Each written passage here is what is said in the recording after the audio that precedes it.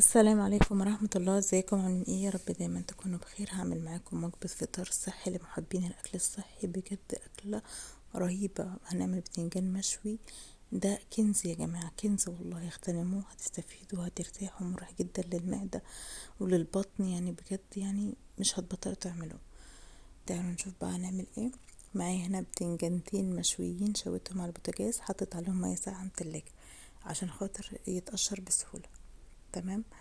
انا عملت اتنين عشان صغيرين، لو البتنجان عندك كبير اعملي واحدة كبيرة.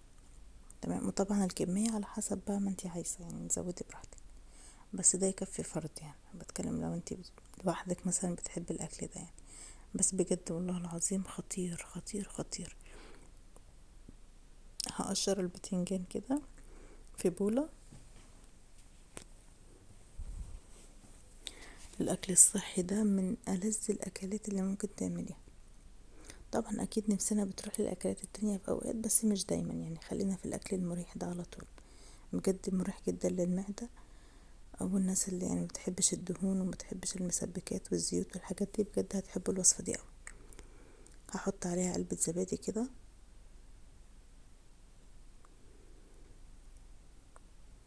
وهحط خضرة شبت على بقدونس، مش كتير، عودين شبت على عودين بقدونس. هحط هريسة شطة بتوم، ودي اختياري علشان خاطر بتبقى حراقة. وهعصر ليمونة. انا عصرت ليمونة كاملة عشان صغير، لو كبير اعملي نص بس عادي. حطيت فلفل اسود، كمون، ورشة ملح. حابة تحطي خل حطي، انا نسيت احطه، بس هي يعني ايه حلوة برضو، ايه حاطة ليمون كتير يعني.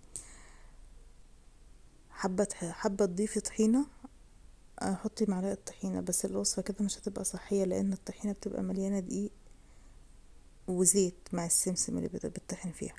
فانا حبيتها كده من غير طحينة. بس بجد والله العظيم بالمكونات دي الوصفة خطيرة. عايزة اقولك ان هي احلى واخف من ان انت تعمليه بطحينة كمان، وجربيها وهتشوفي. هنا انا ضربته بالهاند بلندر، فرمته كده علشان خاطر انا بحبه كريمي وناعم. بتحبيه مهروس بالشوكة بس كده قطع كده باينة، دي حاجة ترجع لك، سيبيها. انا خلاص خلصت البتنجان بتاعي والوصفة بتاعتي، يعني وصفة سهلة جدا وبسيطة، والبتنجان مالي السوق وسعره كويس، ومفيش بيت مفيهوش بتنجان. يعني وصفة كده يعني بجد يعني مش تفوتوها عليكم. هحط بقى خضار، وهحط عيش توست، وقطعة جبنة قريش. بس هو ده الفيديو بتاعي، هي دي الوصفة بتاعتي. مع